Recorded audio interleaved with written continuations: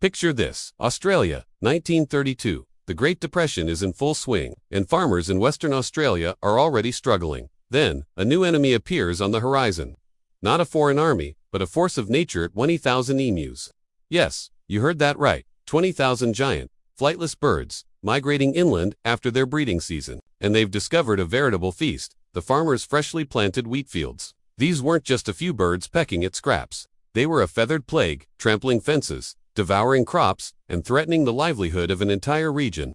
The desperate farmers, many of them World War I veterans, appealed to the government for help. The Minister of Defense, Sir George Pearce, saw an opportunity.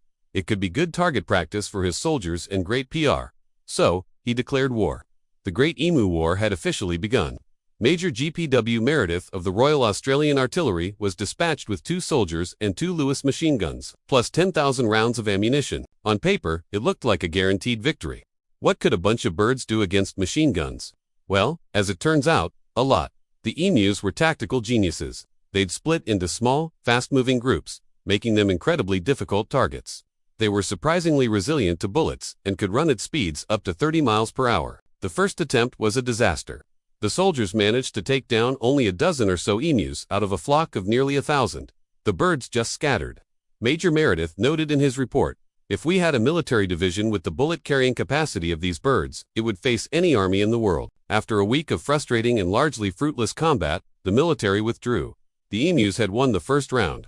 But the farmers' pleas continued, and the Emu War was relaunched a few days later. This time, the military had slightly more success, but the cost was enormous. Reports showed it took about 10 bullets to bring down a single emu. The whole operation became a running joke in the media, both locally and internationally. An ornithologist commented that the emus had invented guerrilla warfare. By early December, the operation was officially called off.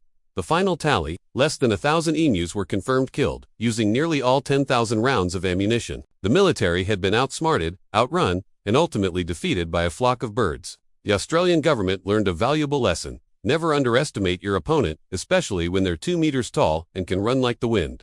The Great Emu War remains one of history's most bizarre and hilarious military campaigns. Thanks for watching. If you enjoyed this wild story from Down Under, don't forget to hit that like button.